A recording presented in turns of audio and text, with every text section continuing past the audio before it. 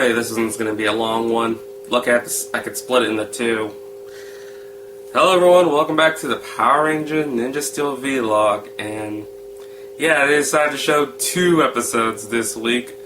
Maybe it's because of the fact they kind of screwed up when they didn't show it last week during the Kids' Choice Awards. It wouldn't have made any difference if they would have shown it. Anyway, with the episode being Hack Attack, a Sarah episode. Well, we get to learn that Sarah is one of those overachievers because she does want to go to college, and her idea is enrolling into 4 activities all at once. And we get to see what the other Rangers do with their after-school activities. We see Sarah doing track with Brody. We see Sarah doing chess with Preston. We see Sarah in the camping club with Haley and Calvin. And we see Sarah in the archery club with Victor and Monty. I'm sorry, it's just, after a while you start to question, what's the point of Victor and Monty? I know they're the comic reliefs, but hopefully they do a better job in the story later on than now. Let's see. She was able to basically one-up Brody with the running, beat Preston in chess, able to build a tent before Haley and Calvin together.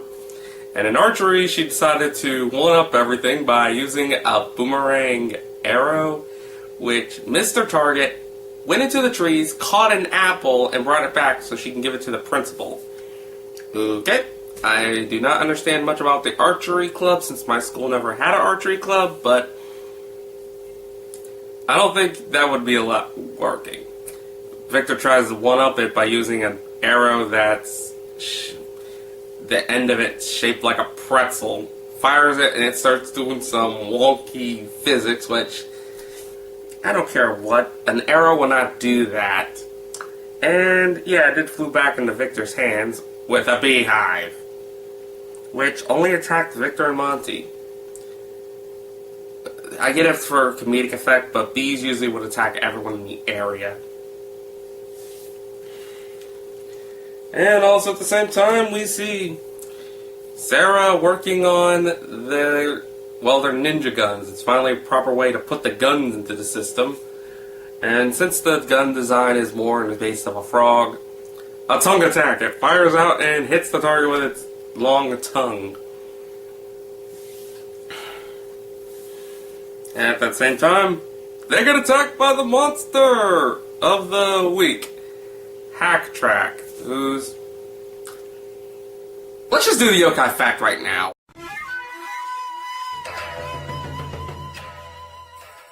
The monster of the week, Hack Track, is based on the yokai, the Ungikoi, sorry for mispronunciation, a Sukigami, which is an inanimate object that, after 99 to 100 years, gains a soul and acts on its own.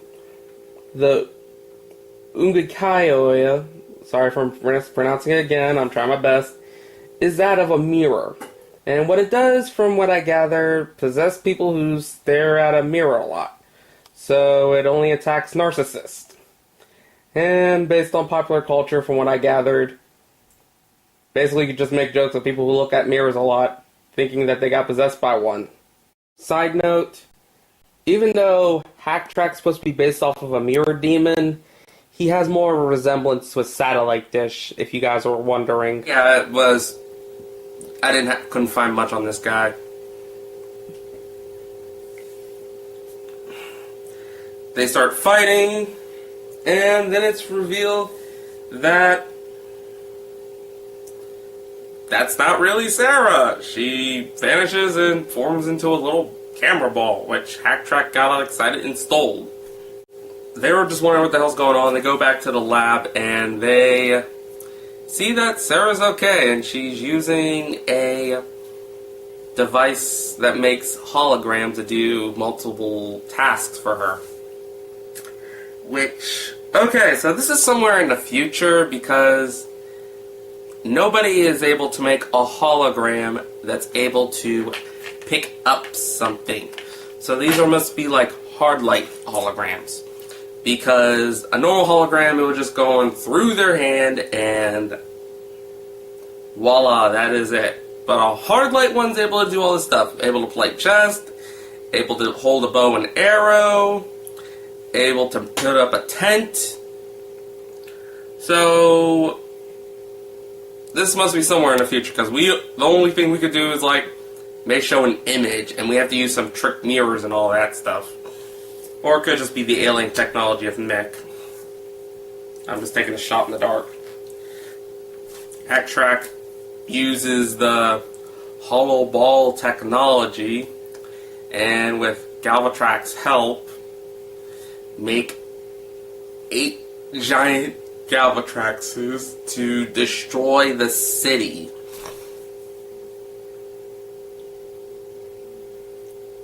All 4 of our Rangers go out and try to fight the giant Galvatrax, while Sarah's trying to think of an idea of how to stop it all. She pulls out all of her holograms to do certain tasks to find out how to fix it. Okay, since I know they're hard light holograms, since they're destroying a city, but at the same time, when the Rangers fire their guns at it, it went right through it. I am so confused. But at least I was able to explain. At least we got Mick to help us what the lesson of this week was. When Sarah's getting all overwhelmed with each hologram needing help, Mick decides to be an ass about it and come in with that whole one-man band playing multiple instruments. And Sarah's just saying, it is better to just to play one instrument good than multiple instruments poorly. And it was like, you're right, I should be focusing on one task at hand instead of splitting it off doing multiple ones that are really hard. And with that, she even got an idea of how to stop him. Though when she was getting rid of the holograms, I thought I saw one doing the whole I'm getting revenge on you thing. Her idea? Make another technology. She comes into the battlefield with the Ranger saying, this is a valuable piece of technology we must not let Hacktrack get. And he attacks him and takes the item. Dolman watched this, he was like, oh my god, why would she do this? I'm thinking, we all know this is a trap. They didn't do the whole setup of saying that she's gonna use bait.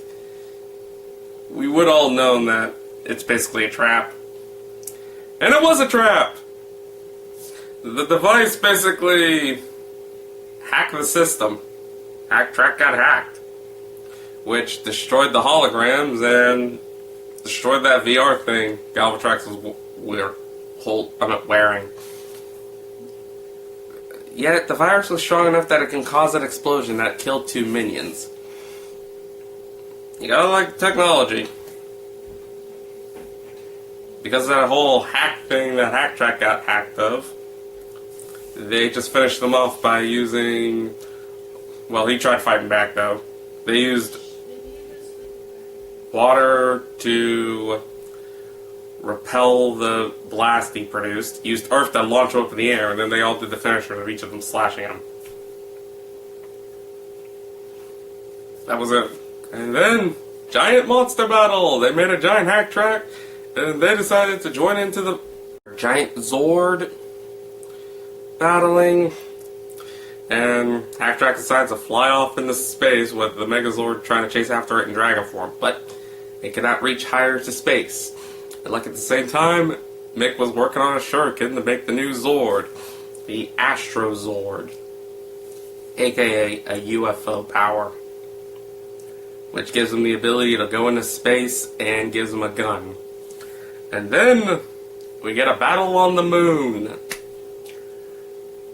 So, question, did you see any remnants of Serpentera, Rita's moon base, or any bodies of the Machine Empire?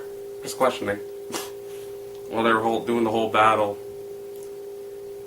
Then also we forgot that they could just walk out onto the moon for the whole thing after that whole situation. But yeah, battle commencing, they blast Hacktrack, beating him, and yeah, that's the whole episode. Sarah decides that she should just do one club, and she drops out of the archery club.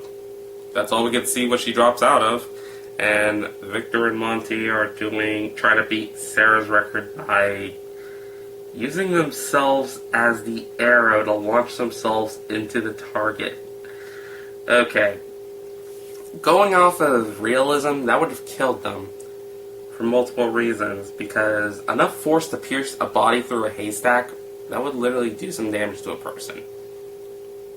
Well, Victor was basically just all showing off about it, and Monty was the one who got launched through the target. And Monty got the record, and a trophy for breaking the record, which kind of annoyed Victor. Okay, how I feel about this episode? Shotgunned. It didn't really do the whole overwhelming thing. It was like, I know what they were trying to do for a lesson. Do one thing that you're good at a time, and don't try to spread yourself short to do multiple tasks. I understand the lesson, but it felt like it was shotgunned. I'm sorry, I'm just having so much trying to gather up my thoughts properly. I understand the whole thing. It felt a little too short for the whole lesson, since we only get to see Sarah overwhelmed when she was trying to find a way to counteract the giant holograms. With her classes, it wasn't really that bad. We wouldn't have known. She could still do the whole thing, since we've seen that she was able to beat everybody with the hard light holograms. The holograms just make me question about the technology. Is it our technology or alien technology? Hacktrack was like kind of a bit of a forgettable enemy. With his whole plan was helping with Galvatrax make giant holograms of him. So technically, it's Hacktrack who's just nothing more than the visual audio guy, not the warrior that is expected. Though they did introduce the Space Megazord,